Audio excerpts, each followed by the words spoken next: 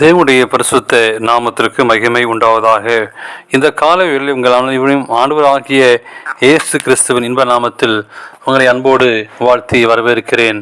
விண்துளிகள் வாயிலாக இந்த நாளிலே சந்திப்பதிலே மிகுந்த மகிழ்ச்சி அடைகிறேன். இந்த நாளின் செய்தியின் தலைப்பானது ஜீவ அப்பம் நானே. ஒரு முறை சாது சுந்தர் சிங் எனக்கூடிய அருமையான ஒரு ஊழியக்காரர் மிஷனரி ஒரு முறை இந்தியாவில் சுவிசேஷ புஸ்தகங்களை கொடுத்து கொண்டிருந்தார்.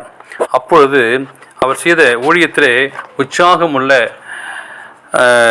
அவர் இடத்தில் கிறிஸ்து அல்லாத ஒரு குழுவினர் ஒரு ரயிலில் உட்கார்ந்திருக்க கண்டு ஒருவரும் யோவான் சுவிசேஷ புஸ்தகத்தை கொடுத்தார்.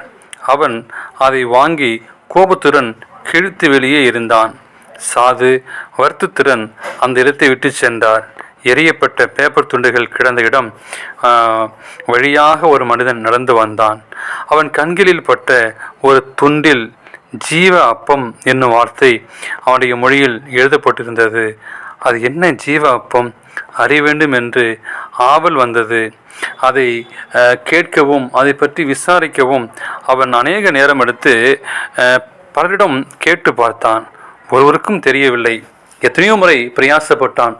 ஆனால் கடைசியாக நண்பன் ஒருவன் அது கிறிஸ்துவின் புஸ்தகத்தில் எழுதப்பட்டுள்ளது, ஆனால் அதை வாசிக்கக்கூடாது, வாசித்தால் தீட்டுப்பட்டு போவாய் என்றான்.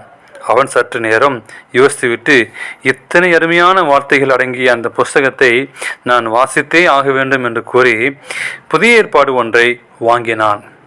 தேவனுக்கு பிரியமான பிள்ளைகளே, மிகவும் ஒரு உற்சாகமூட்டக்கூடிய சத்தியமாய் இருக்கிறது.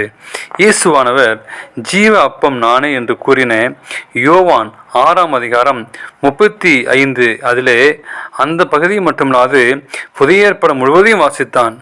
ஆண்டவர் அவர் உள்ளத்தில் பேசினார். அவன் ஞானமுழுக்கு பெற்று அவனுடைய ஊழியத்தை செய்யவும் வல்லமையாக ஒரு பெரிய பிரசங்கியாக மாறினான். தேவனுக்கு பிரியமான பிள்ளைகளே, கர்த்தருடைய வார்த்தை எவ்வளவு பெரிய ஒரு மேன்மையானது என்பதை அறிந்து கொள்ளுங்கள். வாலிய பிள்ளைகளே, இதை கேட்கிற நீங்கள் நானும் வேதத்தை நீங்களும் நானும் படிக்கிறோமா? அதை படித்தால் நிச்சயமாகவே அந்த ஆசீர்வாதத்தை நான் பெற்றுக்கொள்வோம். கர்த்தருடைய வார்த்தைகள் ஜீவனுள்ள விதை போன்றவை. அவைகளை நாம் விதைத்தால் அவை வீணாய் போவதில்லை. கர்த்தர் நம்முடைய திருச்சித்தத்தின்படி ஏற்ற காலங்களில் அவைகளை முளைத்தெழும்ப செய்வார். நாம் இந்த வாழ்வில் அவைகளின் பலனை காணாமல் போனாலும் நாம் பரலோக ராஜ்யம் சேரும்போது நம்முடைய ஊழியத்தின் பலனை ரட்சிக்கப்பட்ட அநேகரை அங்கு நான் காண்போம். அப்படியேப்பட்ட ஆசீர்வாதத்தை நான் பெற்றுக்கொள்வோம். ஜீவ அப்பம் நானே என்று சொல்லக்கூடிய அந்த ஆண்டவராக இயேசு கிறிஸ்து உங்களுடைய வாழ்க்கையிலே ஒரு மேன்மையான காரியங்களை, ஆசீர்வாதமான காரியங்களை செய்வார். தேவன் தாமே உங்களை ஆசீர்வதிப்பாராக. ஆமேன்.